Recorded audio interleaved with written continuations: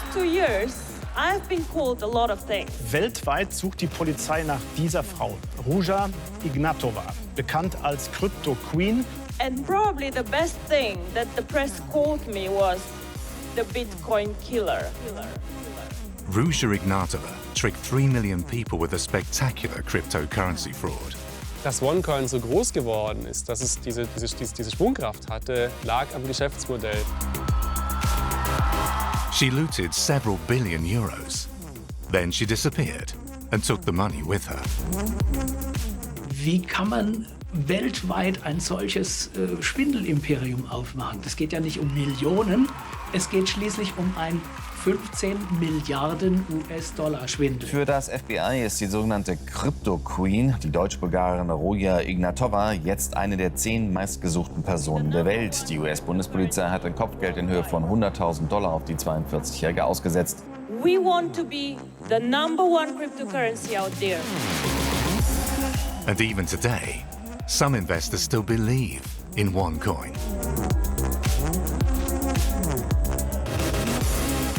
Die Firma hat selbst diesen Token-Kurs ausgedacht. Also die Tokens haben nie bestanden, diese Blockchain-Technologie hat auch nie bestanden. Der Kurs hat nie bestanden, das haben die sich alles fake ausgedacht. When you have this much money and you're dealing with dangerous people all around the world, it's normal, you are in danger.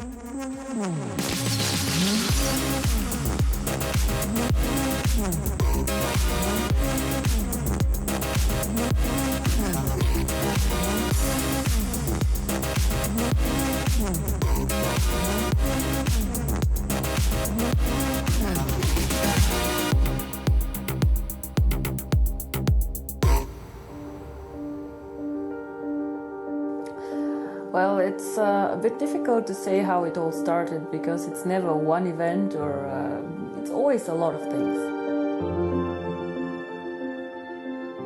Today, intelligence services, investors, former employees and crime syndicates want to find out where Ruja is and what happened to the money. Some call it the biggest investment fraud of all time. There are two things how it all started. One is cryptocurrency. I was always very, very interested in cryptocurrency, and I was working with McKinsey, and I was doing their very traditional and very big sector, banking and insurance. So Bitcoin somehow popped up and we were discussing it. So cryptocurrency, yes, was very, very clear to me, I think end of 2013, maybe beginning of 2014. And then I was thinking how to bring this to the masses. Ruja Ignatova sold her story everywhere. So, you missed Bitcoin. Now you have a new opportunity. And if you miss this opportunity, it's your fault. The decision is yours. People fell for this ploy. Journalist Philipp Bovermann has been following the OneCoin scandal for more than 2 years. He's fascinated by the hype. Dass OneCoin so groß geworden ist, dass es diese Schwungkraft hatte, lag am Geschäftsmodell, wie sie das Ding vertrieben haben, nämlich per Multilevel-Marketing. Das ist so ein Direktvertrieb, das heißt Kunden verkaufen selber das Produkt, in dem Fall OneCoin. And build a loyal customer base to boost your sales, growing your business at your own pace. Available soon in the One Life Network. Man kann sich so vorstellen wie Tupperpartys im Grunde, nur dass die Tupperparty halt in so einem Stadion stattgefunden hat, vor 10.000 Leuten. So wie ein Rockkonzert im Grunde genommen, oder wie ein Gottesdienst, kann man auch sagen. Und dann kann man sich so vorstellen, dann steht da unten einer auf der Bühne und hat ein Mikro in der Hand, hat eine Sonnenbrille auf, wie Karia Walros, und schreit, ich kann nichts mehr sehen, weil die Zukunft so strahlend ausschaut. Und man kann den Leuten ja alles erzählen. So nice to see you all, guys. Sie versprechen die finanzielle Freiheit, ein anderes Leben. Es geht immer um ganze Lebensentwürfe und nie nur ums Produkt. Clearly, a new era is born in digital currencies. And today, you have the unique chance to participate in this success through a new currency called OneCoin. It all started in Bulgaria. After graduating from university in Germany, Ruja Ignatova moved to the Bulgarian capital, Sofia. There she worked hard at establishing contacts. She got help from Asdis, an Icelandic photo model. Her nickname, Ice Queen. I met Ruja 2009.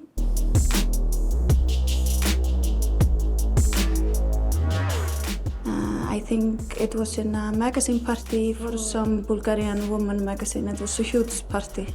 I was there as a special guest, and it was a lot of media around me, a lot of photographers, and at this point I was one of the biggest stars here in Bulgaria.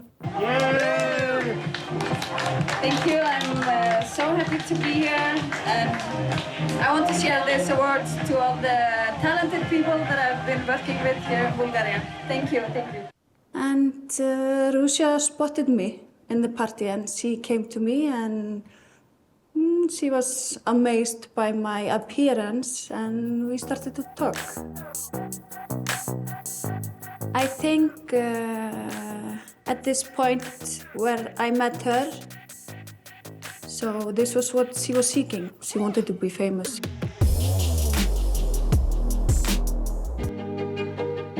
At the time, Ruja Ignatova was working for the consultancy firm McKinsey. With Asdis Ran's help, she made contacts with Bulgarian business people and politicians. She wanted to establish her own cryptocurrency and called herself the Cryptoqueen. Through Asdis Ran, she also met Sebastian Greenwood, a Swedish businessman. Whether Greenwood was peddling food supplements, anti-aging creams, or cryptocurrencies, he was always a flashy salesman. Hi everybody, this is Sebastian Greenwood, your 001 of OneCoin. She had a crush on Sebastian, and they started to work together. They had a love adventure, and then they started to build up this idea of OneCoin. Sebastian was very clever also. He was like a mastermind in selling people something. I want to see your success together with me on this plane. We can win!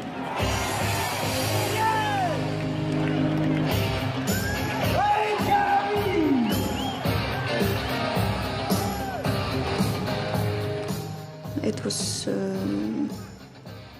nobody else that was in control of the company. It was only Ruja and Sebastian. Bevor ich hier kam, hat mich jemand gefragt, ja, welche Netzwerk-Companies hast du denn vorher gemacht? Ich sagte, keine, und ich werde danach auch nie wieder eine machen, wenn ich ehrlich bin. Ich bin einfach nicht jemand, der gut im Verkauf ist. Ich bin eher jemand, der sehr gern Zahlen macht, sehr gern Finanzen macht. Ich habe in Deutschland studiert, Jura und BWL. Ich habe eine Doktorarbeit in einem sehr exotischen Thema gemacht, wie man im Ausland prozessieren kann.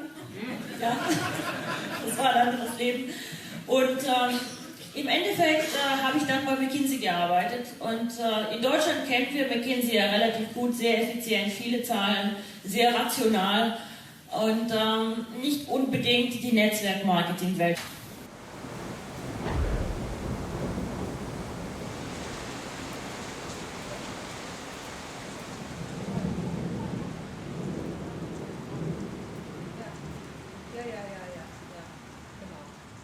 Die Ruja, sie hat das sehr gut hinbekommen.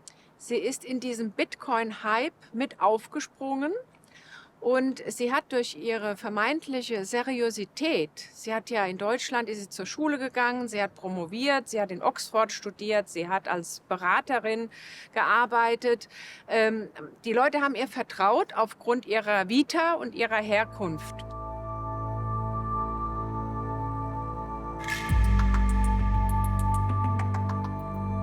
Ruja Ignatova grew up in a small town called Schramberg in southern Germany. After the collapse of the Iron Curtain, the Ignatov family moved from Bulgaria to Germany.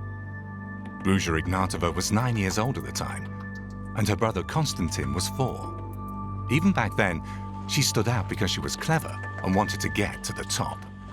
Wenn man ihre Schulkolleginnen und Kollegen hört, hat Ruja ein besonderes Flair um sich gehabt. Mit knallrot geschminkte Lippen. Also das sieht man ja heute noch. Ja, das ist ja ihr Erkennungszeichen bis heute geblieben. Also da war sie schon was Besonderes. Ich bin halt Lokalreporter. Da beschäftigt man sich mit Müll- und Friedhofsgebühren im Alltag. Und dann ruft jemand an und sagt, weißt du eigentlich, dass wahrscheinlich das aufregendste Betrügerpaar der Welt in Schramberg aufgewachsen ist? Irgendwie war ich dann angefixt. Und das hier ist der Weg zur Schule gewesen, den dann Ruja wahrscheinlich jeden Morgen ins Gymnasium gelaufen. Na ja, klar, von da bis da sind es vielleicht 500 Meter, also hatte sie nicht weit.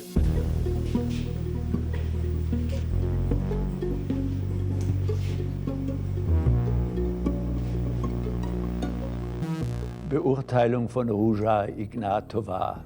Ruja Ignatova hat am Leistungskurs Deutsch des Gymnasiums Schramberg teilgenommen, der von mir geleitet wurde.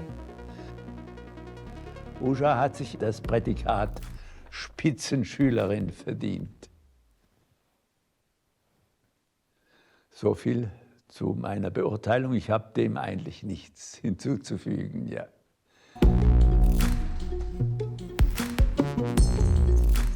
Dann werde ich eine wahnsinnig erfolgreiche Rechtsanwältin, heirate einen reichen Mann, kriege Kinder und verbringe meinen Lebensabend auf meiner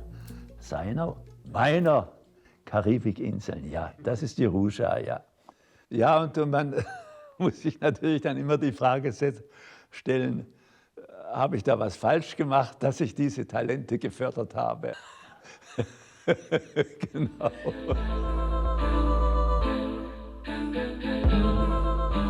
So the idea was how to bring a good concept, an interesting concept, out to the people.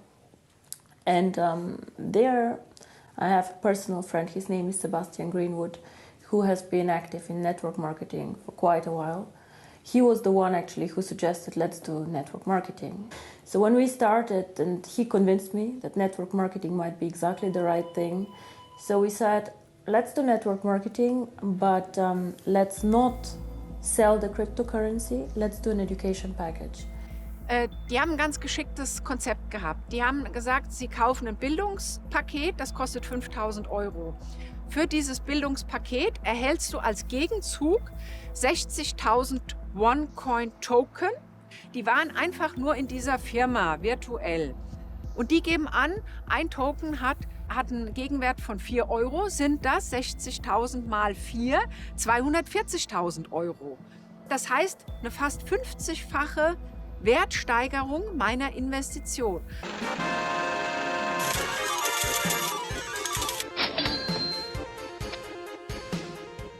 Und so liefen diese Verkaufsveranstaltungen ab. Und das ist natürlich dann die Gier, wenn Menschen sagen, ich muss jetzt nicht 5, ich konnte ja auch 2.000 € investieren oder 1.000 und ich habe eine 50-fache Wertsteigerung, fallen Leute darauf rein und machen das tatsächlich.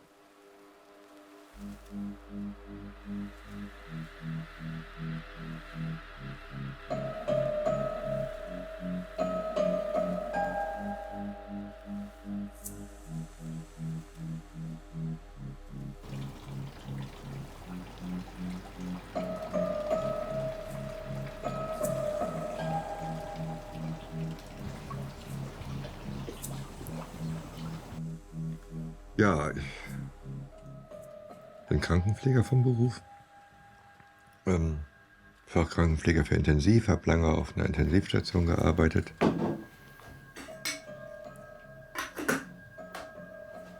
Zu OneCoin bin ich über eine Verwandte gekommen. Die hat mir davon erzählt und mich dafür geworben. Und zu dem damaligen Zeitpunkt wusste ich überhaupt nicht, was eine Kryptowährung überhaupt ist.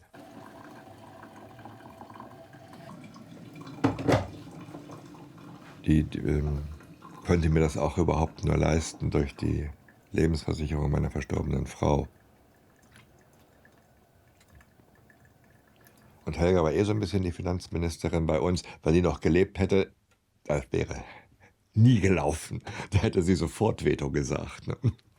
Egal, was meine Verwandte gesagt hätte. Ne?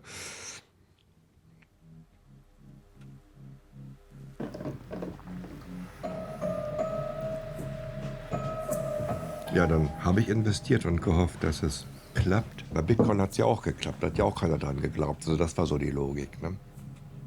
Dann merkte ich aber ziemlich schnell, dass die Werbung höchst problematisch war. Also wer jemand werbt, kriegt eine Provision. Und ich glaube, das ging bis zur 7. Ebene. Das heißt, die Verwandte, die mich geworben hat, kriegt Provision, aber auch die sie geworben hat und so weiter und so weiter. Und das lockte natürlich alle Seelenverkäufer der Welt an. OneCoin customers could make their own money. It worked like this.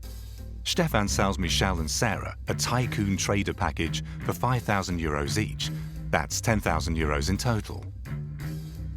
Stefan receives 10% commission on this sale. That's €1,000. 1 week later, Michelle and Sarah sell a total of 4 tycoon packages to Cem, Larissa, Bogdan and Paul. For this, they get €2,000 commission. The trick, without having to sell anything, Stefan now receives a further €2,000. He's paid a commission on all sales in his downline. So if Stefan has 1,000 people below him who every week sell OneCoin packages for €1 million, Stefan receives €100,000 commission per week. 40% of the commission is paid in OneCoins, but 60% is paid in real money. So Stefan earns €60,000 every week. A lucrative business for a tiny number of people at the top of the pyramid. Everyone else earns very little or nothing at all. A classic Ponzi scheme. With the first months when this was starting, and the money just started to flow in, and another business meeting after another business meeting that was very successful all around the world. And it was like, first it was like thousands of people, then it was like 100,000s, and it became millions.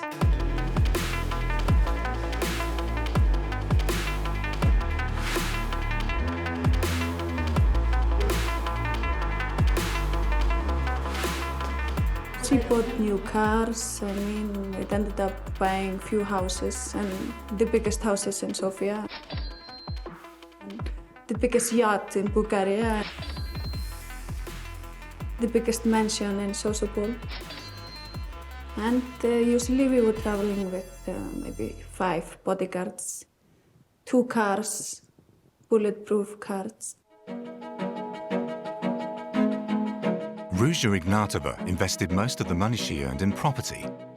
In March 2015, she bought a famous restaurant in the center of Sofia for €4.2 million.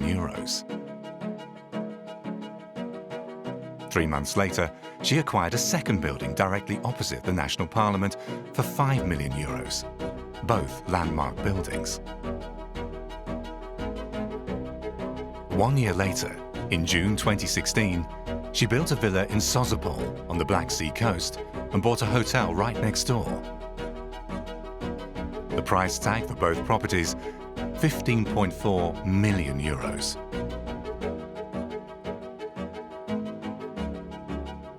She speaks to everyone. She sees what she can use this person for this person, and she's making connections like 24 hours. I mean, she's even sleeping with the phone.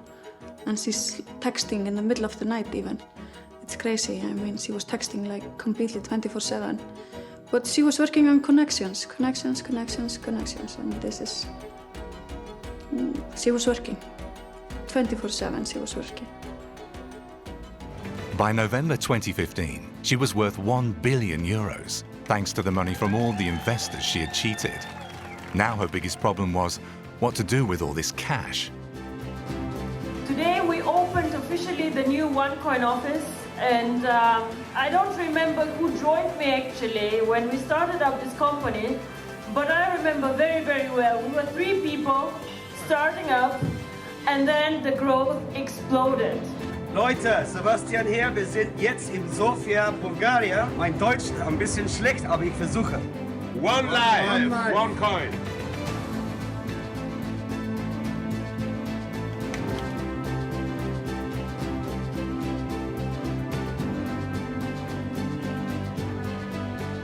Ich möchte, wenn ich 60 bin, stolz auf OneCoin sein und sagen, ich war eine der Ersten, wir haben OneCoin geschafft und ich möchte einfach OneCoin als etwas haben, das für unsere Kinder und für alle noch da ist. Ein Wert und nicht einfach etwas, das in 3 Jahren weg ist. I think she did a great job actually in building up OneCoin. And I think she was climbing slowly up the stairs in the top 100 list for Forbes.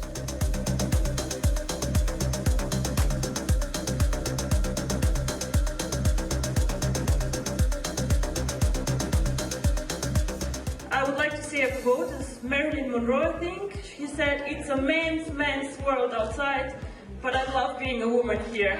Thank you very much.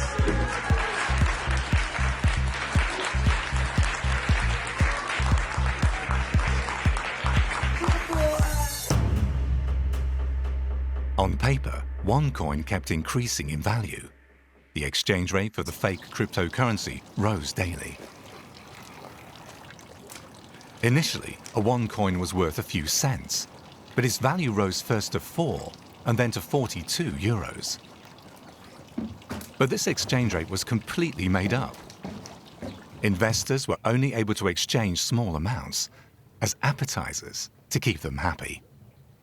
Ich weiß noch, wie meine Verwandte mich irgendwann anrief, als dann wieder der Kurs gestiegen war und sagte, oh, jetzt hast du 500.000 in Euro. Ne? Und da habe ich immer noch gehofft, dass die OneCoin als Kryptowährung funktionieren kann. Nur weil die Werber nichts taugen, muss ja nicht das Produkt schlecht sein.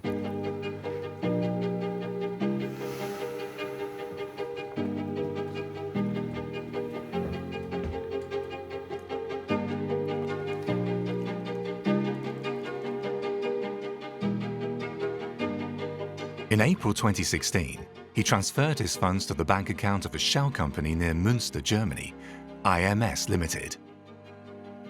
Using this trick, Ruja Ignatova and her helpers collected money from all over Europe. More than 88,000 transfers were made to OneCoin's accounts in Germany by the end of 2016.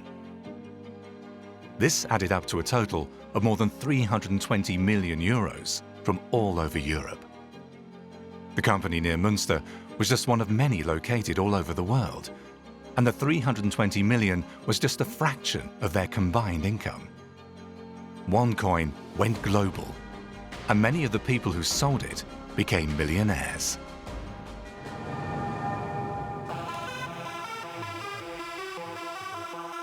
Dieser ganze Lifestyle der MLM-Verkäufer, den sie da vor sich hertragen, das soll ja demonstrieren, wie erfolgreich sie sind.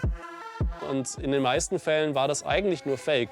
Doch plötzlich durch OneCoin haben sie halt einfach wirklich so viel Geld verdient. Wahrscheinlich das erste Mal in ihrem Leben, dass sie wirklich mit Millionen quasi zugeballert wurden.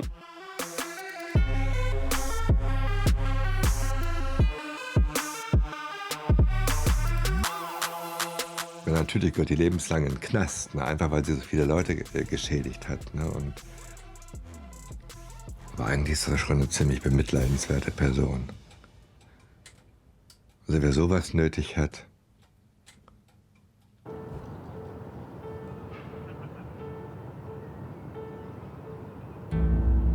$320 Millionen aus 88.000 Zahlungsvorgängen sind ca. 240, 250 Überweisungen am Tag. Das ist eine unvorstellbare hohe Anzahl, bei der jede Bank die Alarmglocken leuchten. Und so war es auch.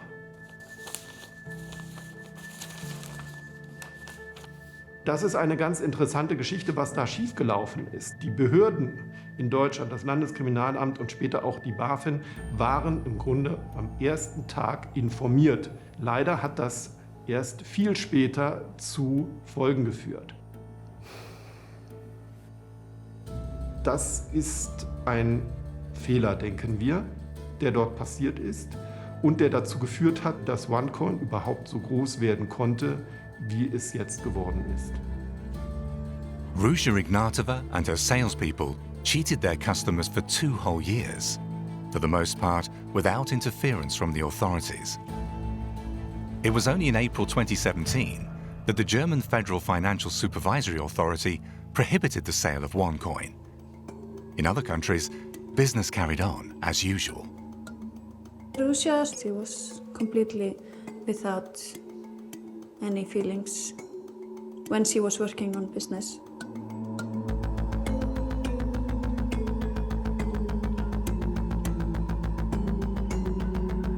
She didn't show it. I mean, she had like this business face.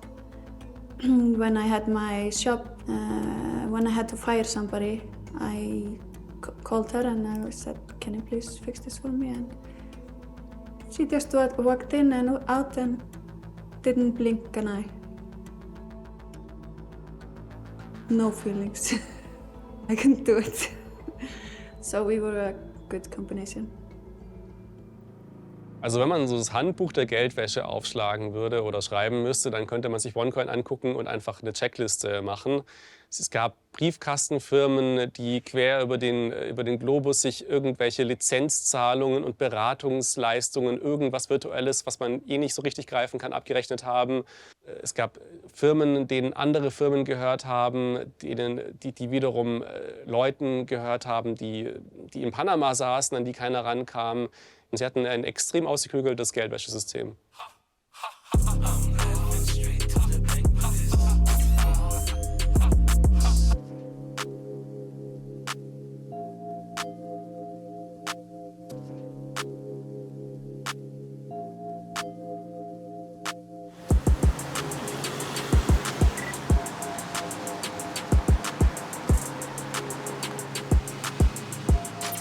I was hired by Ruja to be a compliance officer. I never ever did any compliance.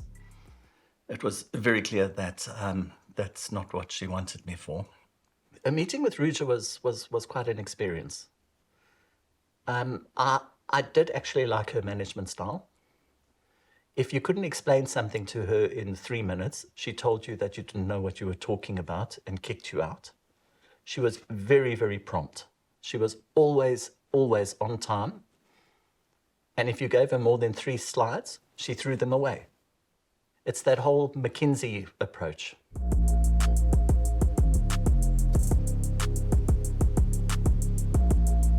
To Ruja, living in London seemed to be the kind of epitome of what anybody could aspire to. London is the financial capital of the world. So if you start a cryptocurrency, if you're looking for legitimacy, if you want to be made, you're going to do it in London. And that's why she had to have that most exclusive address. And there is no more exclusive address than One Knightsbridge. And that's where the family office had to be.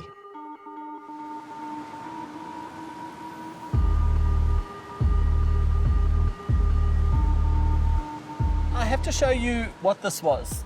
If you look over there, next to that big white building, which used to be a hospital and is now a hotel, there's One Knightsbridge. We're not that far away from Buckingham Palace, and on a clear day you can actually smell the horses. Using her investors' money, Ruja Ignatova also bought herself a flat in London. OneCoin's front in Germany, IMS Limited, transferred 20 million euros from her account at Commerzbank via another account at Deutsche Bank in Frankfurt to London. There, the legal firm Jolson bought the apartment on her behalf. However, the official owner of the apartment was not Ruja Ignatova, but a company on Guernsey, one of the Channel Islands. She skillfully disguised her riches.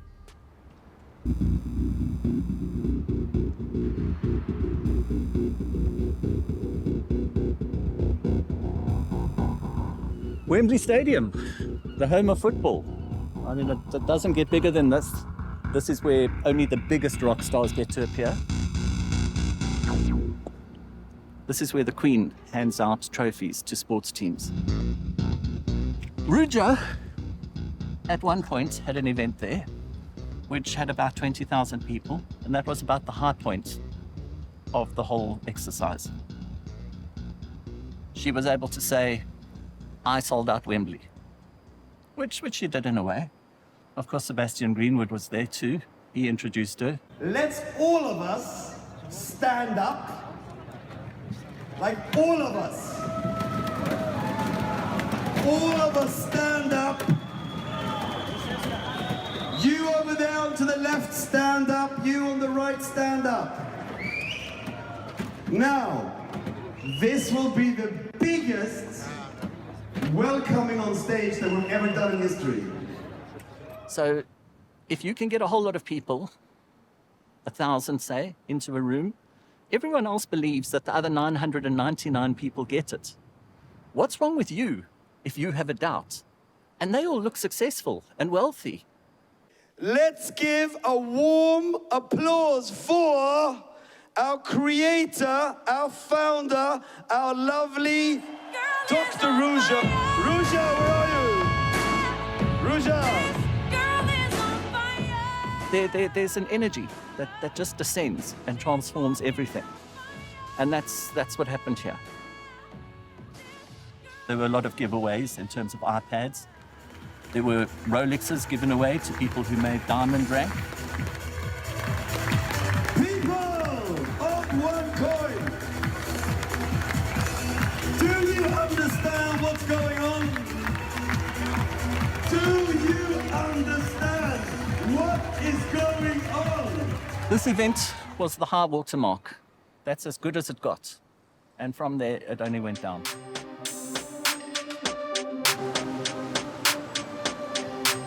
"2016 was OneCoin's most successful year. They opened companies all over the world, and all over they found people who believed their promises. Such as here in Uganda. India, Africa, Latin America. Yes, we have people working there. These markets are extremely important for us because the unbanked are there, our customers. It was around 2016. Me as a student, I had no money, so I had to sell some of my goods, like 2 goods, so that I can actually make 700,000 Ugandan shillings, which was the first package, the starter package. We as a family, we invested in $3,500. Yes, it was the savings of many years working. My mother was very, very angry when she waited and things were not happening, and we had used her money for something she wasn't understanding. And on top of that, we gave her a lot of hope that didn't happen. Developing countries such as Uganda were extremely important to OneCoin. There were millions of potential customers hoping to find some way of getting rich quick. In many of these countries, the banking sector is only lightly regulated, and the authorities don't look too closely at what's going on. OneCoin found lots of investors in China, Brazil, and Vietnam. From there, the scheme spread to other countries in Africa and Latin America. Ruja's brother, Konstantin Ignatov, was also involved in the scam. Konstantin is Ruja's younger brother. I really did not think that he was part of it.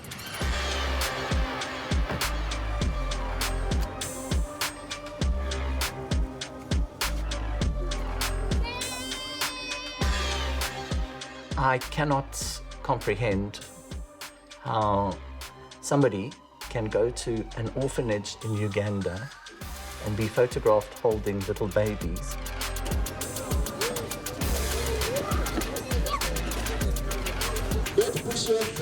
Then spend the rest of the day scamming Ugandan parents. How on earth is that possible?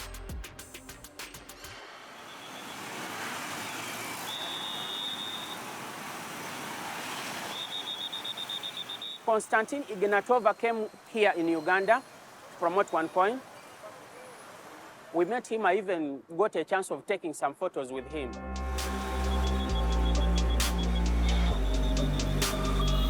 Very many people lost their money through us, the IMAs, the Independent Marketing Associates. From what they taught us, we went on and also persuaded other people to bring their money into this project. Most of the people sold off their valuables, their land, their cars. Others even went ahead and got loans, heavy loans from the bank. Most of them were my relatives and family members.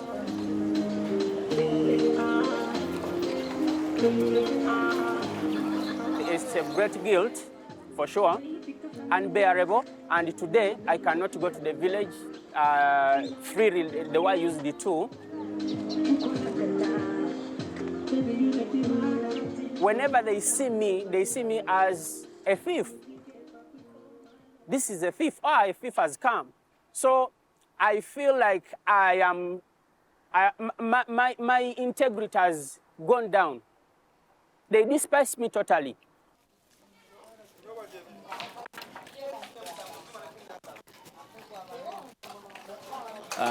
The local Ugandans, the people they scammed, they are less rights here. You can't just come and say, you know, I gave this one my money. First of all, it costs money for you to get somebody arrested. You have to be with proper proof, you know. So when I think most of the people think about going into courts and, you know, case stuff, so most of the people actually decide to keep quiet and let it go.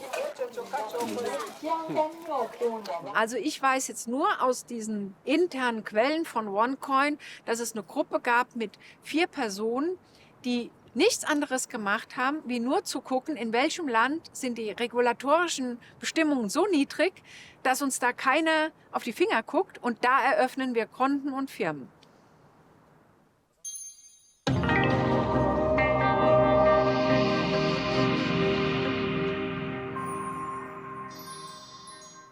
We had amazing and very, very successful years, and what we achieved as a cryptocurrency, actually nobody before has done.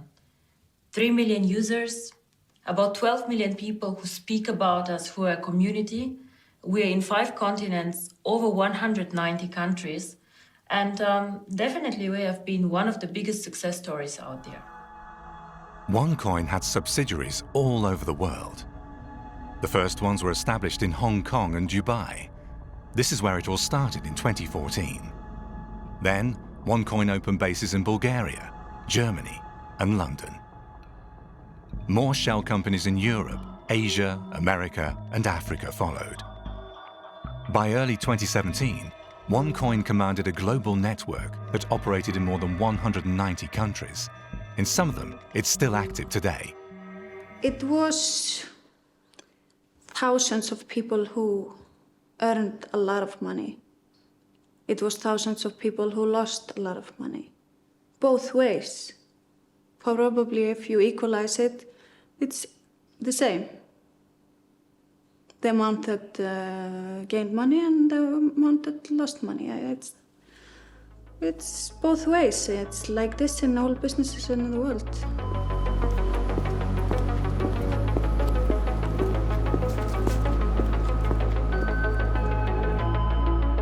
She was very glamorous and she liked the most expensive jewelries, and she was always like this.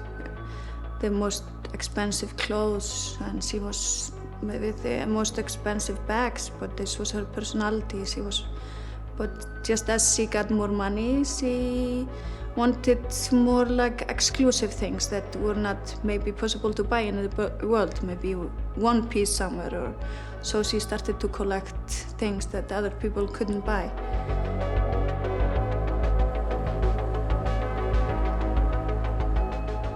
Any visit to London involved a lot of shopping, a lot. I think she could easily blow up to £100,000. Well, it's not hard if you're buying furs and diamonds and that kind of thing from the best boutiques. You know, which is okay if it's your money and you've earned it legitimately.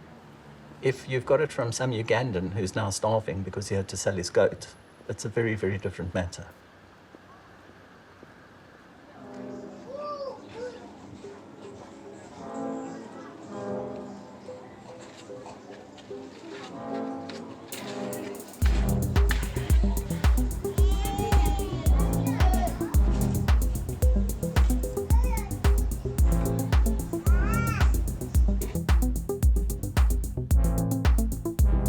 Hey guys, what's up? My name is Daniel Leinart.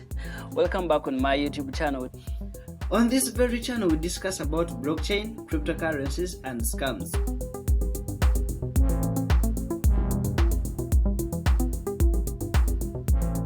I am 110% sure that there's no blockchain in the OneCoin system. The moment you say MLM in crypto, run. It's always a scam, and those are ponzi schemes. Bye for now, and let me see you very, very soon.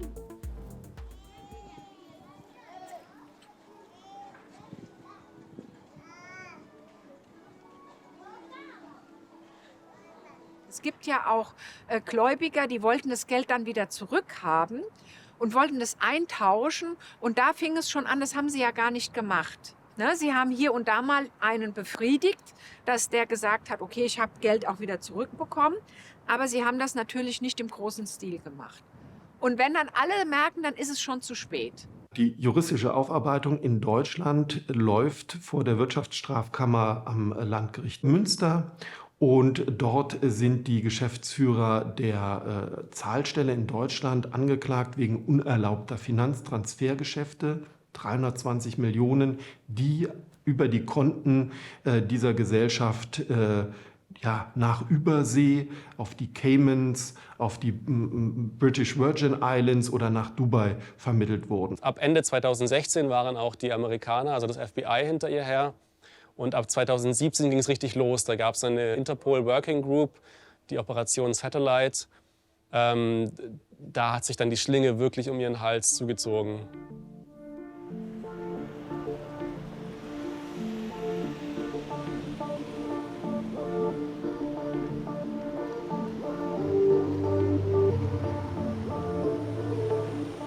Dr. Ruja, ganz herzlichen Dank erstmal, dass wir hier sein dürfen im Hauptbüro der Firma hier in Sofia, dass du uns ein paar Fragen beantwortest, das, was die Menschen da draußen bewegt. Jetzt wisst ihr natürlich, dass die Banken mit Kryptowährung oft ein Problem haben. Also wir haben teilweise Banken und ganze große Bankengruppen, die ein Statement ausgegeben haben, dass sie einfach mit Kryptowährung nicht arbeiten wollen. Das ist auch einer der Hauptgründe, warum wir unsere Bankenkonten oft wechseln.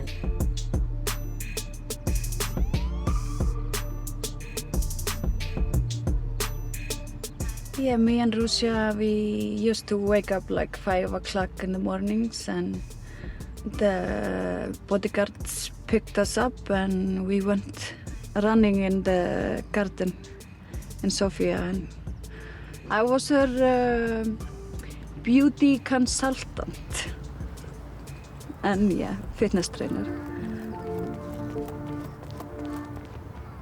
She was crying 100 times. I mean, I had her 100 times in my hands or in the phone crying because of some complications with business, because of some bad articles, because of somebody who was trying to destroy her business model, and because of they froze her bank accounts. I mean, it was a lot of things that happened. She started to be nervous. She started to not wanting to go to dinners because she was feeling like everybody wanted something from her. I understand that there's a lot of problems that come with this fast-growing money.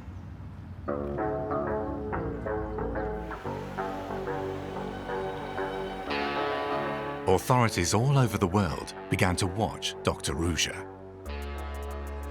They also started to investigate Bulgarian gangsters who wanted to launder money through the OneCoin network.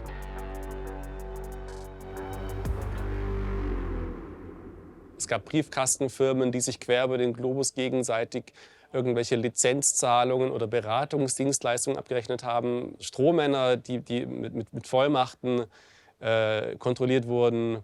Es gab Investitionen in Firmen, die dann auch völlig legal waren, aber Rennpferde, in die investiert wurde. Alles Mögliche an Werten wurde da quer über den Globus herangezogen, um dieses Geld irgendwie loszuwerden.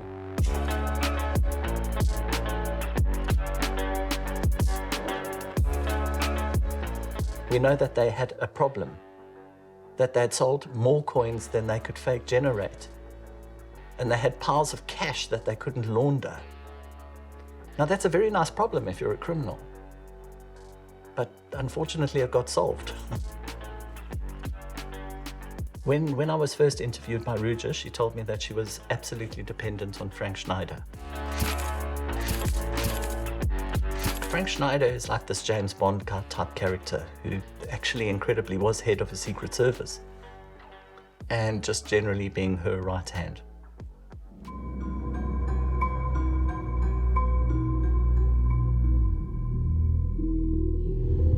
Lorraine in eastern France. This is the home of Frank Schneider. Until 2008, he was the chief of operations for Luxembourg's intelligence service. Then he started his own private security firm. He worked for Ruja for nearly 3 years. Actuellement, je suis en mesure de détention à la maison. J'ai un bracelet électronique. Si je m'échapperais, je suppose qu'il y a des alarmes qui se déclenchent quelque part et la recherche commence.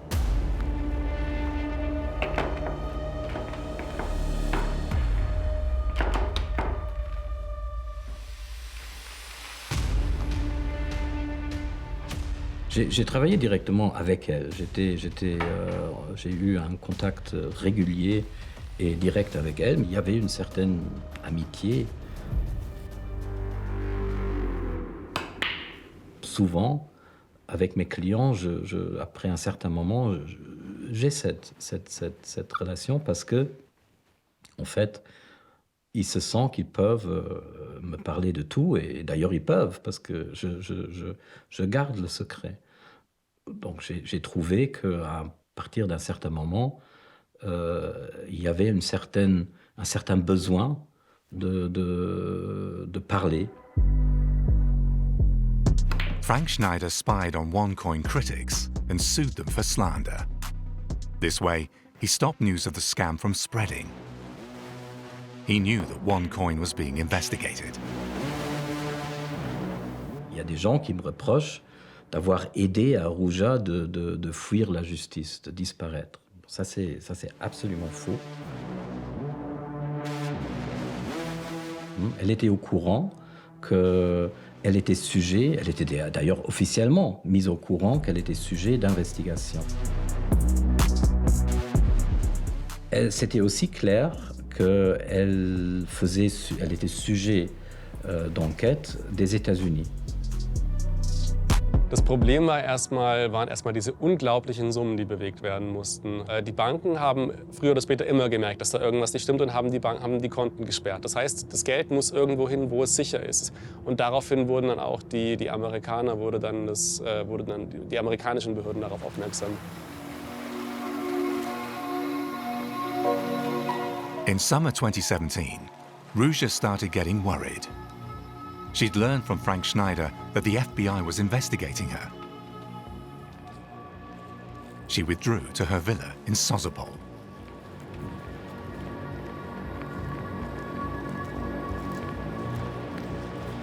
The last months, I saw that she was getting much more afraid of her life. She was putting higher security. She was using more bodyguards, and I saw she was afraid. It was the first time that I saw that she was afraid of her life. And she didn't want nobody around besides me. Yeah, I'm sorry that I didn't know at this point that she had these huge problems. I would probably have done something differently.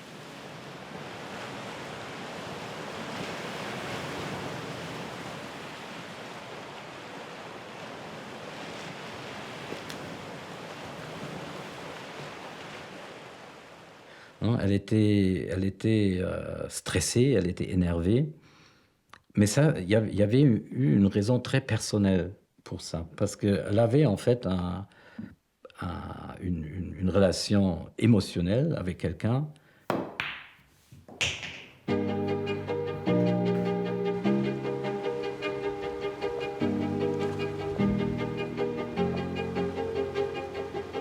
she liked to get attention from men.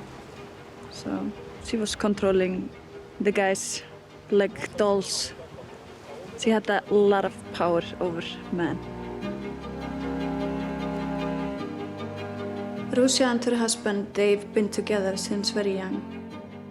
Probably high school or something.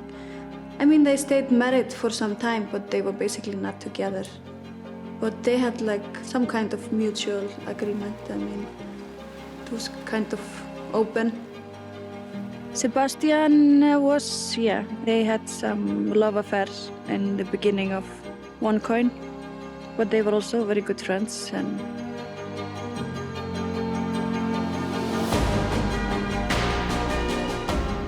And then it was one person that came in, but that was Gilbert.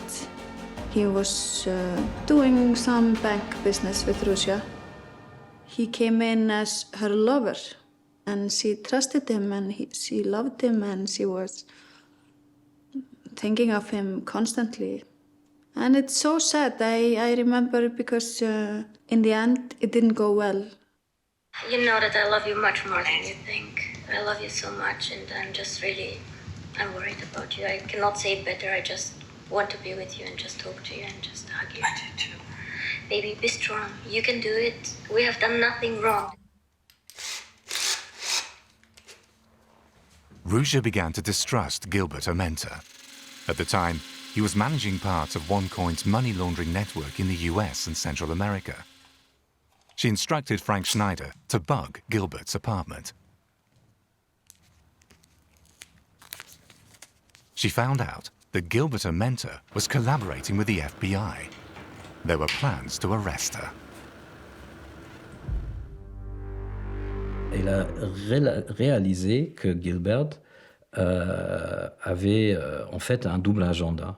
Gilbert a travaillé, ou était forcé peut-être, je suppose, par les Américains de travailler contre elle. Donc elle était au courant que cette relation émotionnelle était en train de se développer dans une sorte de bizarre de entrapment par les Américains. Gilbert, what the fuck is wrong with you? Like, really? I never thought that you're like a spineless asshole, are you? Well, the big issue right now is... No need. I don't want to hear it because it's actually very clear. It's just like shit, like everywhere, just dirt. It's disgusting, actually. So, I think. I mean, she was extremely devastated when this happened. Then I think she didn't recover after this. In July 2017, she threw her last big party in Sozopol on the Black Sea coast.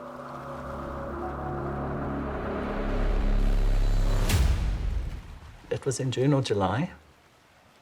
We get a communication that we all have to be in Bulgaria, and we get flown to Neseba and then driven to Sozopol.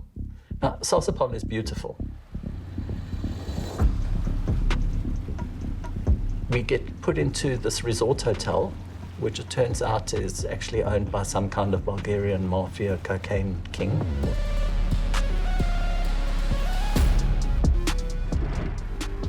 And the next day we had the party at her mansion. The party was, as always, a lavish affair. Everything was paid for with the money of OneCoin's investors. It was amazing. I mean, I have so many good memories. It was a big stage here, tables. It was like a huge wedding. Everything white. Sebastian was here, her partner, her husband. Everybody was here. If you look at the photos of that event, it's kind of a who's who of who did what in the scam. You can see the guy with the racehorses, who I didn't even know existed. Ruja's various dodgy German attorneys, they were all there.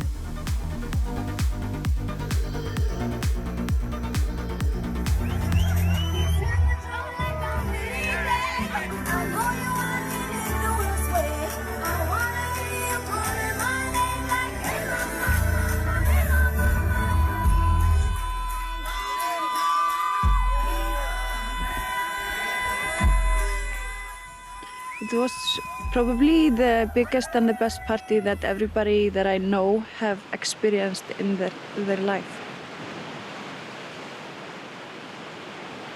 Asdis suspected that Ruja was hatching a plan. She'd been behaving strangely over the past few months. She seemed withdrawn and was meeting people in secret. Asdis knew that something was going on, but didn't know what. Either she was very afraid of her life. I mean, let's say if she's dead. Or she was planning disappearance and leaving everyone that she loved. So I guess if you have to prepare for this, to disappear from everyone in your life and the whole world, it must make you crazy. Ruja disappeared in October, November 2017. I was in the office in Knightsbridge and I got a phone call and he said, well, nobody can find Ruja. We have no idea where the hell she is. I check her Viber, WhatsApp, Instagram, Facebook, and she's not online for 12 hours and I'm like, what the fuck? So I thought, okay, something is wrong. And nobody could answer me for months.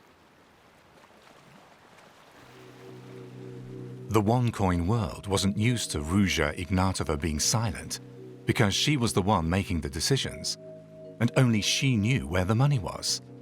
So everyone hoped that she would resurface once again.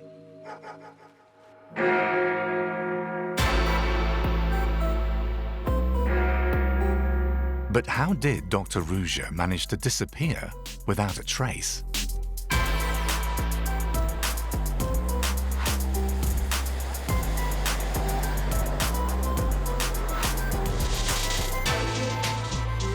Ruja disappeared in October, November 2017.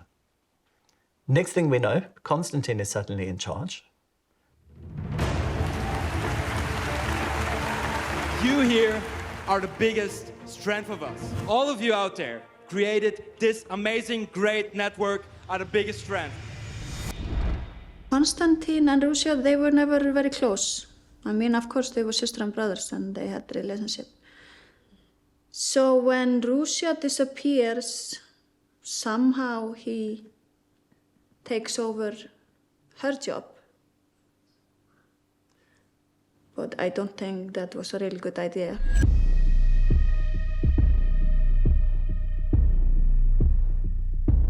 Konstantin is Ruja's younger brother. Konstantin and I had quite a lot in common. We both like heavy metal, we're both into martial arts, we both like dogs.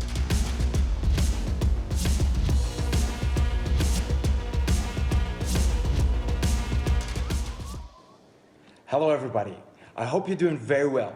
My name is Konstantin Ignatov and I'm head of the Sofia management group. I'm also head of the GLG and the inner circle. I don't think he fits for this huge position. I mean, I'm not meaning this in a bad way. I mean, you need, Ruja is like extremely clever and she's controlling everything. I mean, he's a normal guy.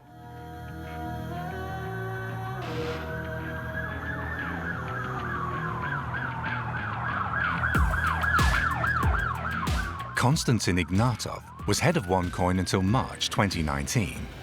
Then he was arrested during a trip to the US. He cut a deal with the authorities. In exchange for a reduced sentence, he agreed to talk. Mr. Ignatov, how old are you? I'm 33 years old. And who are the immediate members of your family? My mother Veshka, my father Plamen, and my sister Ruja. After her disappearance in 2017, I became one of the top leaders of OneCoin. When was the last time that you saw Ruja? 2 days before her disappearance. aux alentours du 23 ou 22 ou 23 octobre 2017, elle m'appelle et elle me confirme qu'elle doit voyager. Moi, je demande pourquoi elle doit quitter la Bulgarie. Et elle me dit que, en fait, il y a une commission rogatoire des Allemands et ils vont venir en Bulgarie pour faire des perquisitions et des entretiens de certaines personnes. Et on lui a proposé de ne pas être sur le territoire bulgare. Wahrscheinlich wollten dann auch ihre Kontakte in den bulgarischen Behörden, dass sie das Land verlässt, damit sie den Deutschen sagen können, ja, sie ist ja gar nicht mehr im Land. Das heißt, es muss ein Eintrag her, sie hat das Land verlassen und deswegen wahrscheinlich auch diese Flucht mit dem Ryanair, mit dem Linienflugzeug, damit das protokolliert ist, dass sie außer Landes ist. On the 25th of October 2017, she flew from Sofia to Athens.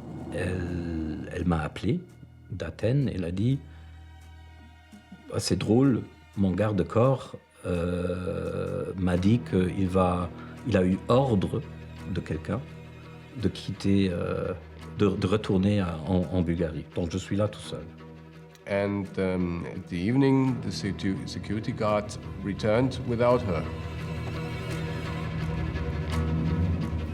Le garde-corps lui a donné un autre ticket, un autre billet d'avion pour aller d'Athènes à Thessaloniki. À Thessaloniki, elle a dit qu'il y a des gens qui vont la rencontrer. Ils vont la reconduire en Bulgarie par le chemin routier.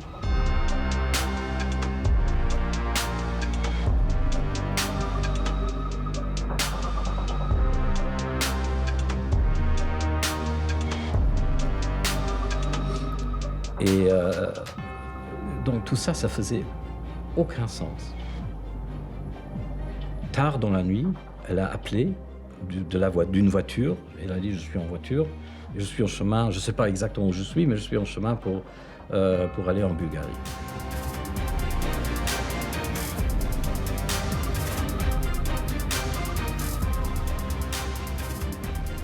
La conversation coupée plusieurs fois. Rappelé, et de toute façon, elle a dit « je vais te rappeler demain ». Bon. Et puis, je reçois un texte, 2h, 3h du matin, en anglais, « Home safe ».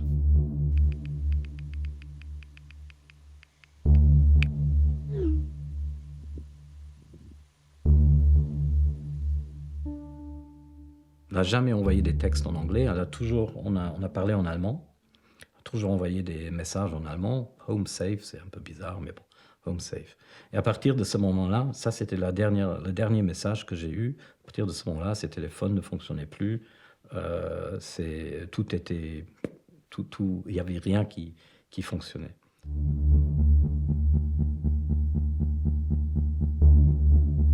And when was the last time you communicated with her in any way? The day she disappeared. She was very tired, but she told me that everything would be okay. En fait, il n'y a que deux possibilités. Soit elle a disparu volontairement, ou soit elle a disparu involontairement. Et je pense que j'étais assez proche d'elle, et avec assez de confiance envers moi, qu'elle m'aurait dit si elle aurait dû s'échapper quelque part. Donc moi je penchais plutôt vers la possibilité qu'elle a disparu involontairement. Et ça ouvre des côtés assez sombres.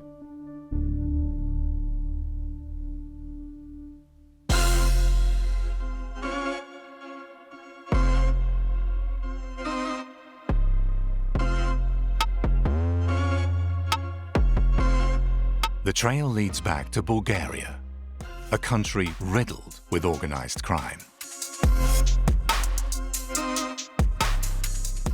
I think that Ruja Ignatova is not alone in this crime. I suppose that she was supported very well. by some consultants, by some guys who are very experienced in such scams.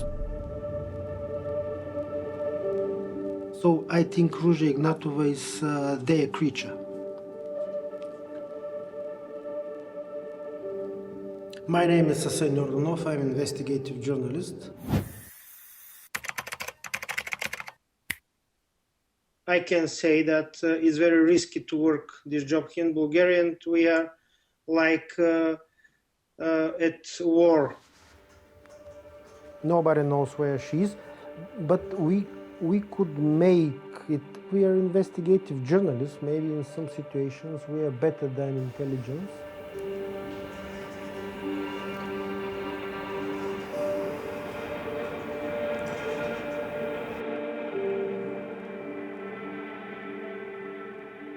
And the most interesting is that she succeeded to leave the country without any restrictions at the end of 2017. And our authorities and our prosecutors, they were quite well informed. And she managed to transfer all her property and her money and her companies.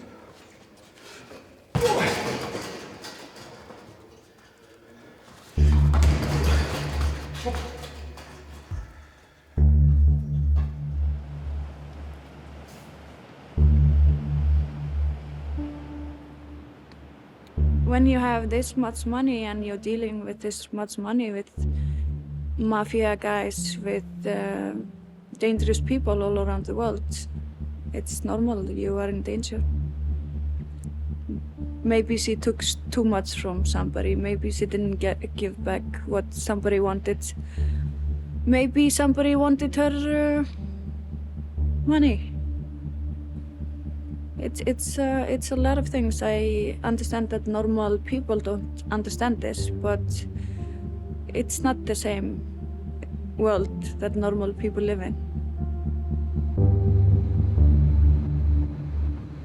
You cannot prevent this shit. You have to be fucking careful. What these Russian guys can do, you cannot imagine. And if they can do it, everybody can do it. Yeah. The only advice that you get from me, do not use emails, do not, just face-to-face or encrypted phones. Nothing else is safe. Just believe me. Please.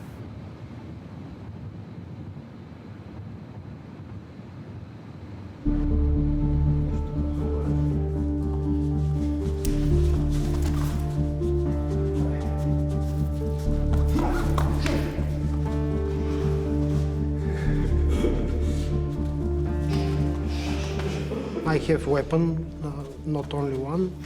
It's legal, of course. I have to be ready for all kinds of attacks.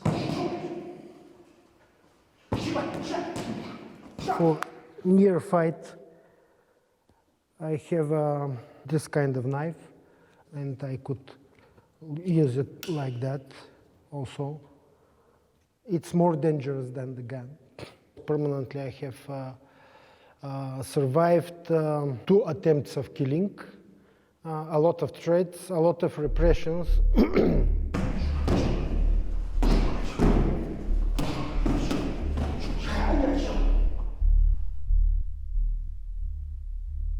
Her companies, they have certain connections with one of our most famous criminals.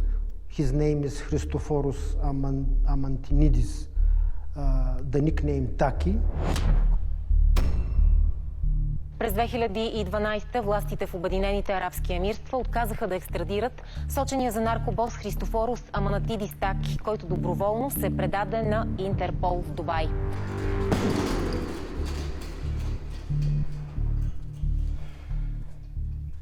Taki gilt so als der bulgarische Kokainkönig, als ein sehr brutaler, gefährlicher Mensch. Er war auch der Sicherheitschef, heißt es, von OneCoin. Und wenn man mit so jemandem zusammenarbeitet, dem sagt man nicht, mach mal hier, aber da nicht. Der will dann auch Geld. Der will, dass es nach seinen Vorstellungen läuft.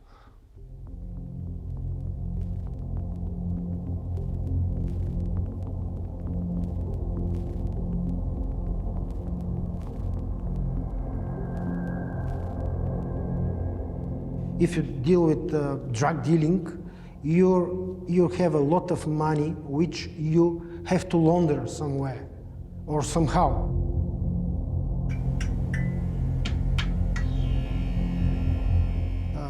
Ruja could help Taki, for example, laundering his money, because one of the best ways to launder dirty money from drugs, it's cryptocurrency, you know.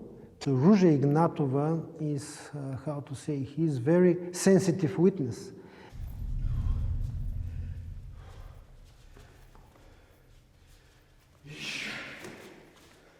Man muss sich halt nur mal vorstellen, was wäre denn gewesen, wenn das FBI sie geschnappt hätte. Sie hätte da in New York gesessen und eine Aussage gemacht.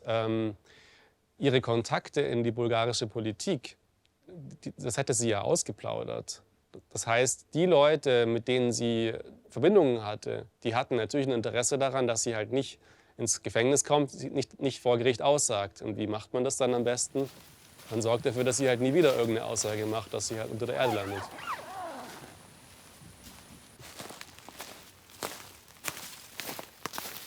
For these people, the better Ruja is dead one, dead Ruja.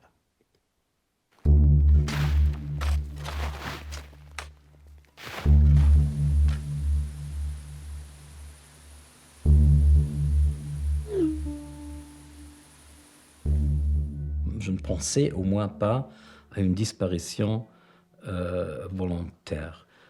Aujourd'hui, surtout sur les développements récents, je ne suis pas tout à fait sûr.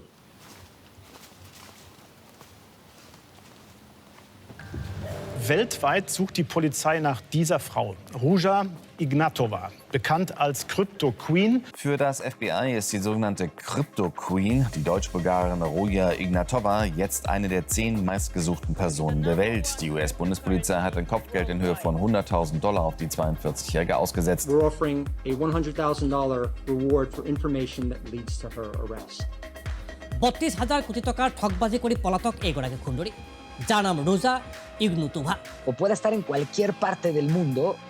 Ruja Ignatova, who became known as the missing crypto queen, has been accused of defrauding victims out of more than $4 billion. Also wir haben etwa knapp 100 Hinweise bekommen in den letzten Wochen und Monaten. Denen wird allen nachgegangen und teilweise laufen da auch nach wie vor noch Überprüfungen.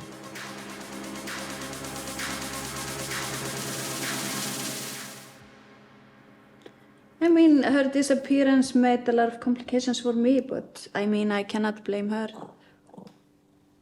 It's just like that, life is like that.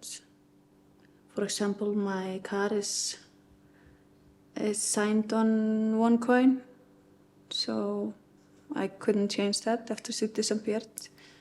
My apartment is signed on her also, and it sucks, and she's disappeared, so.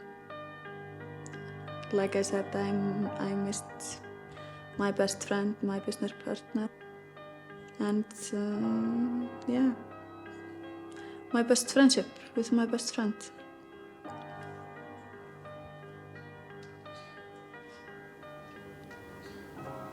Ziemlich sicher war sie dann wieder in Bulgarien, sofern sie noch am Leben war. Ich bin dann halt wahrscheinlich erstmal ihre Optionen geprüft. Was kann sie jetzt machen? Sie hat Milliarden, aber wo geht man hin? Und dann ist die Frage, ja, was wäre ein schlauer Ort? I've been thinking about this constantly, but the only idea that comes in my head is Dubai. I mean, I hear a lot of things, but if I would bet on something, I would bet on Dubai.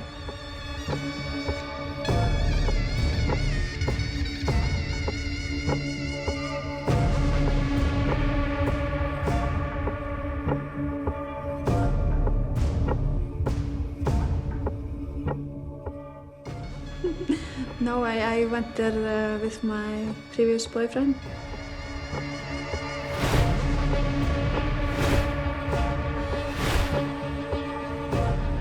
I was making fun with my friends that I was going to look for Ruja, but I didn't find her.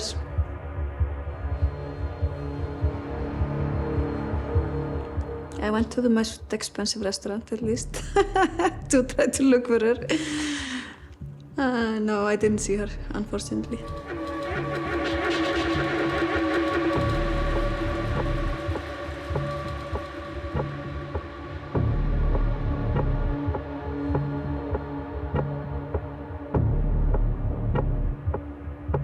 In June and July 2016, Ruja Ignatova ordered IMS Limited to transfer 75 million euros to Georgetown in the Cayman Islands.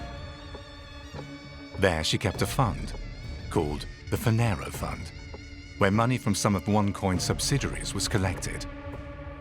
The fund was set up by her lover, Gilbert, her mentor. Via a shell company in Ireland, she then transferred money to Dubai and established a new fund there, the Phoenix Fund. Only Ruja had access to it. Dubai war eigentlich von Anfang an das Herz des Geldwäschenetzwerks. Dort hatte OneCoin ein Büro, aus Marketinggründen natürlich ist auch Dubai super, diese Glitzerfassade, all der ganze Luxus, der aus dem Nichts gebaut ist. Dort wurde zeitweise sogar Bargeld hingeschickt, also dort lief finanziell am Anfang alles zusammen und dann am Ende auch wieder.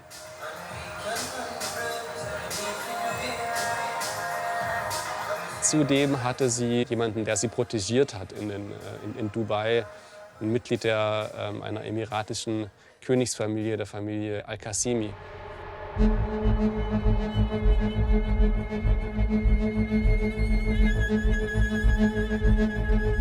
Wir wissen, dass er Geld von ihr bekommen hat. Er hat ihr eine Banklizenz verkauft für eine zweistellige Millionensumme. Er hat ihr dann einen Diplomatenpass verschafft. Gut möglich, dass sie auch dort seinen Schutz weiterhin genießt.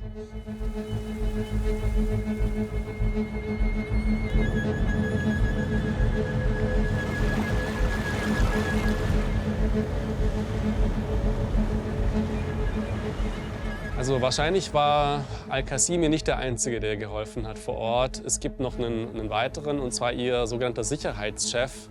Das ist der bulgarische Drogenhändler Taki.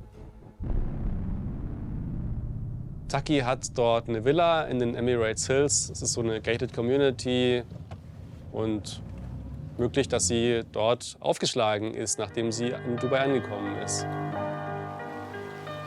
Ja, auch in Dubai musste sie irgendwie dafür bezahlen, für den Schutz, den sie dort genossen hat, dass man sie in Ruhe lässt. Und so viel Geld kann man nicht schmutzig bewegen, ohne abhängig zu werden von Leuten, die einen dann benutzen. Also es gibt einen Bericht, den wir kennen, des kuwaitischen Innenministeriums an die Behörden in Dubai, dass sie dort Geld gewaschen haben soll, unter anderem für Terrororganisationen. Also Terrororganisationen zu finanzieren, das will man wahrscheinlich nicht machen, wenn man eigentlich nur einen kleinen Kryptobetrug starten wollte und dann auf einmal merkt, okay, ich bewege hier Milliarden und ich bin morgen tot, wenn ich nicht mache, was von mir verlangt wird.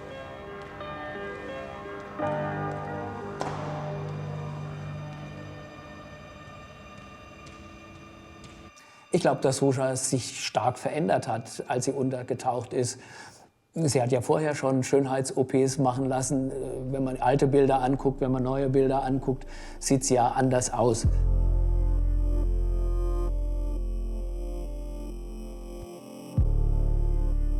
Und dass das möglich ist, andere Haarfarbe, andere Augenfarbe durch Kontaktlinsen, da braucht man ja noch nicht mal viel operieren. Und wenn man dann noch ein paar andere Sachen machen lässt, das Kinn zurücknehmen oder die Wangen etwas mehr aufpusten, bestimmt kann man sich so verändern, dass man nicht mehr so erkennbar ist, wie man vor dem Untertauchen war.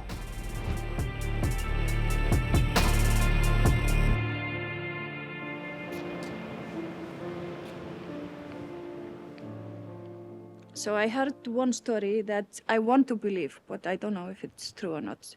So I heard from a person in Sofia that one politic guy was traveling to Dubai to meet her. This is a story that I heard from a friend that heard this from the politic guy. So I don't know if it's true or not. It's some rumors.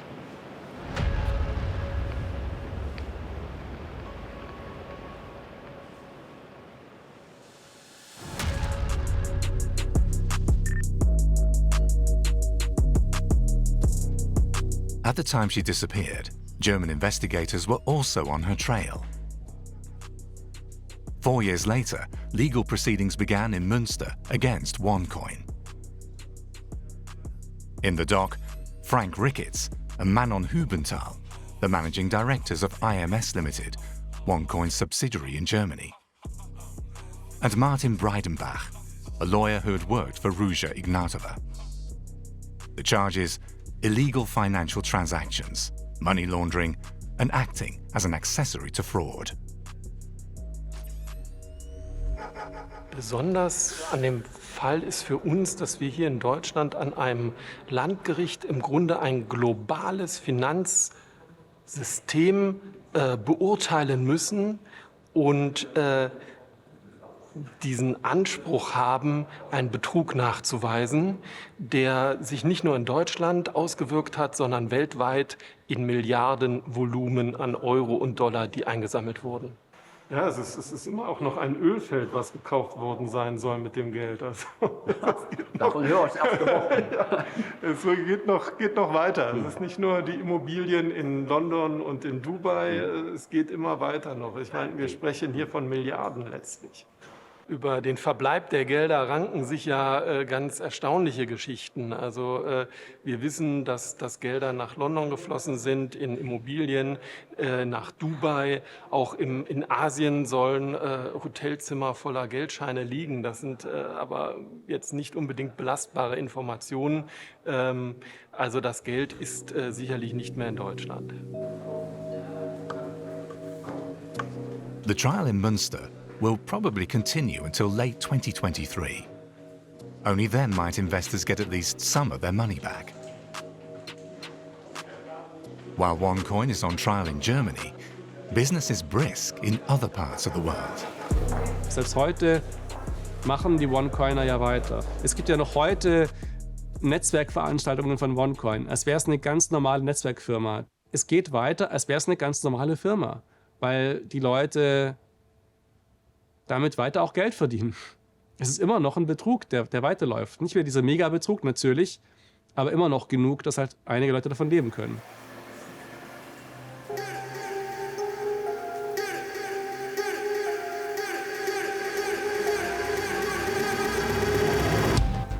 Early September 2022, OneCoin's office in the Bulgarian capital. The name has been changed a bit, but it's the same scam, run by the same people.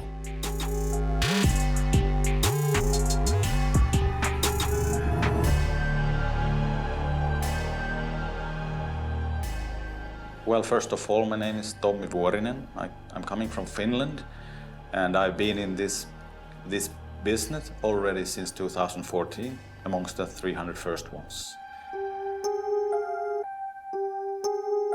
Ruja Ignatova, yeah, I have met her many times, and then we had very good relationships. But also then I feel sad that she has paid a huge price about this. This is one ecosystem. OneCoin was the former currency and the company. But today it's totally renewed brand. We have totally new company behind everything. And we only use word one about our currency. But the database and the people, partly the same, of course, from the past. Everyone has their coins as they had before, in OneCoin.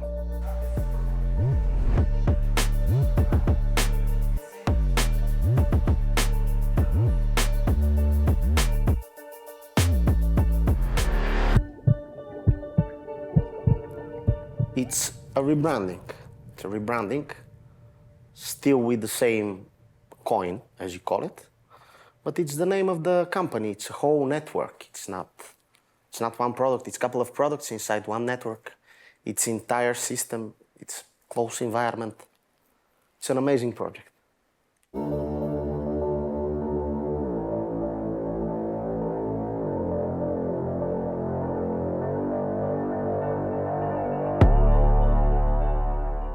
Nowadays, I don't really think too much about her anymore. And actually, one mistake, what I think there has been, is that it's too much about Ruja. Ruja that, Ruja did the Ruja.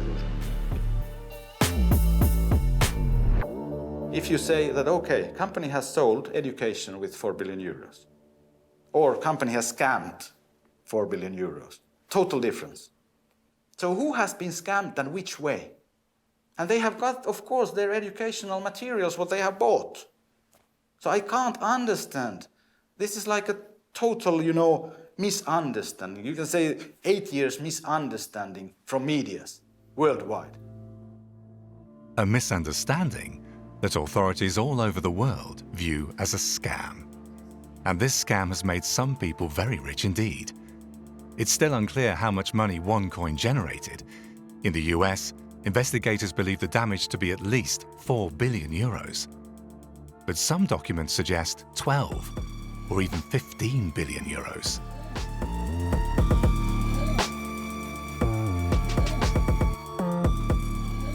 And who's right now the owners of the company? The owners of the company. There is a corporate, it's a group of people. Simple as that. Yeah. Like investors, call them investors. And who are these people? Some of them you know them, some of them you don't. I prefer to keep it private for the moment. The OneCoin scandal is still a mystery. Some of the kingpins are in Bulgaria, others in Dubai. Many of OneCoin's sellers and promoters have become multimillionaires. None of them are being investigated at the moment. But some of the key figures are on trial. Sebastian Greenwood, who built up OneCoin with Ruja Ignatova, is in pre-trial custody in New York, as is Konstantin Ignatov. Gilbert Amenta, Ruja's lover and chief money launderer, is under house arrest in the US, also awaiting trial. Wo das ganze Geld hin ist, ganz genau wissen wir es nicht. Vieles liegt einfach noch irgendwo rum auf der ganzen Welt. Also die Rede ist auch von dreistelligen Millionenbeträgen, die immer noch irgendwo in Hongkong liegen sollen. In vielen Fällen kreisen einfach jetzt die Aasgeier halt um diese Werte, die da noch irgendwo rumliegen und versuchen sich die zu krallen. Also irgendwelche Kriminellen streiten sich zum Beispiel in Dubai um das Geld, das dort noch liegt. The investigators are also trying to get their hands on OneCoin's fortune in order to compensate the victims. But finding the people behind the scam is proving difficult. And there's still no trace of Ruja Ignatova.